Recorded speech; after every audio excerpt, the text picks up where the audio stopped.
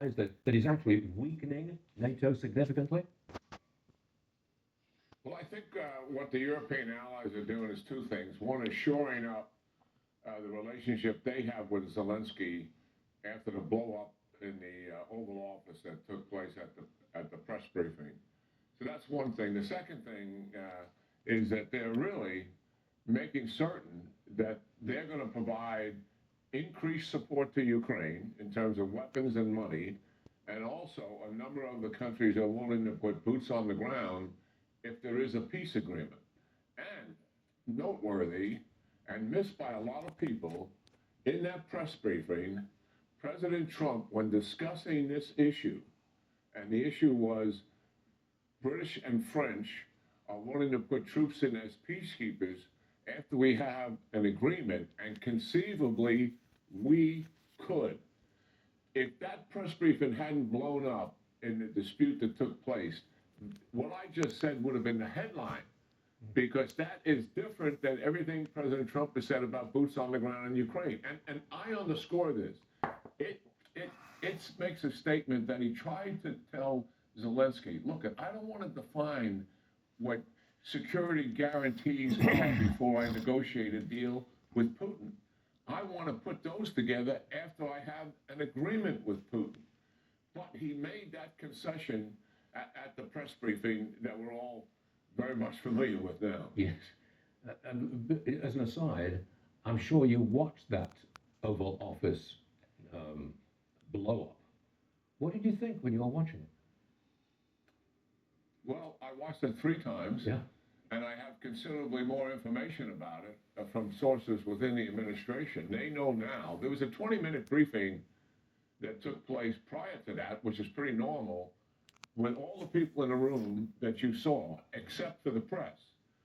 Zelensky did not lay out any of those grievances in detail at that meeting. It is now well known that Zelensky and his chief of staff, Yermak, came into that meeting calculated and pre-planned to lobby the international media and the American press about the grievances and differences they had with President Trump. And that is what you saw going on. Zelensky was not asked a lot of questions, but he did most of the talking because he wanted to get his points across to who? He was lobbying the media to put pressure on Trump to get some concessions out of him at a later date. Absolutely misguided in every sense of the word in terms of what he was doing, manipulating the president. And that is why the administration is really frustrated with him, because they believe, look, if you disagree with us, fine. But why didn't you bring all of this up in the private session we had 20 minutes prior to the press briefing? They told him the press briefing was going to be about, this is a feel-good moment. We're going to sign a deal after lunch. It's good for the United States. It's good for Ukraine. Thank the American people. Thank the President of the United States. We're both moving together towards a peace agreement if Russia's going to cooperate. That is kind of what the administration had in mind. And look what we got. Yeah. We got a lecture on the differences between Zelensky and President Trump. Is there any way that Zelensky could come back and say, I'm sorry, I apologize, I'm deeply grateful to the American people, I'll sign the deal? Any chance of that?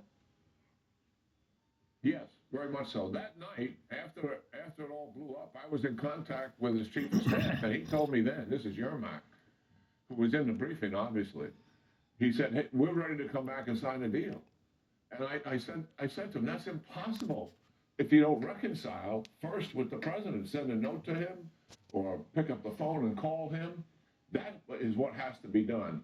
All of the European leaders publicly supporting Zelensky, most all of them have told him privately, get on with reconciling with President Trump, sign the deal. It is a good step in the right direction towards eventually testing the waters with Putin to see if he's really willing to compromise. And we don't have that answer yet.